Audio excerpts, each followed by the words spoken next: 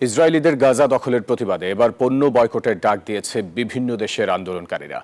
বয়কটের মুখে পড়ে বিক্রি কমে গেছে এক সময়ের জনপ্রিয় পানীয় কোকাকোলার।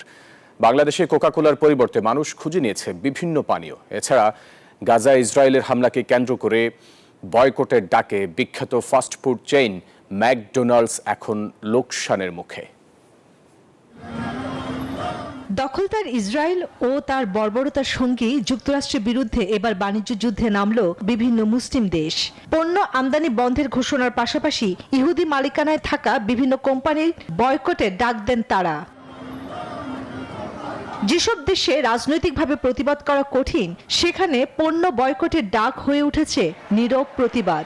জনরোষের মুখে পশ্চিমা অনেক ব্র্যান্ডের জায়গায় স্থান করে নিয়েছে স্থানীয় পণ্য, যার ফলে ক্ষতির মুখে পড়ছে আন্তর্জাতিক কোম্পানিগুলো। ফ্রান্সের রাজধানী প্যারিসে চলছে ক্ষোভ বিক্ষোভ। বান্ডেল থাকলে প্রতি সেনমানিতে টাকা বাঁচবে। বিকাশ সেনমানি বান্ডেল কিনে জিতুন প্রতি লেনদেনে।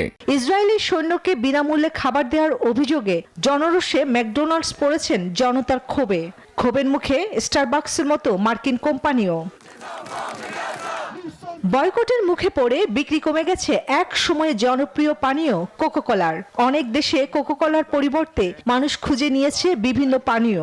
বয়কটের ডাকে বিখ্যাত ফাস্ট ফুড চেইন ম্যাকডোনাল্ডস এখন লোকসানের মুখে। বয়কটের প্রভাবে মরক্কোতে স্থায়ীভাবে বন্ধের কথা তুলেছে জনপ্রিয় American chain coffee shop Starbucks.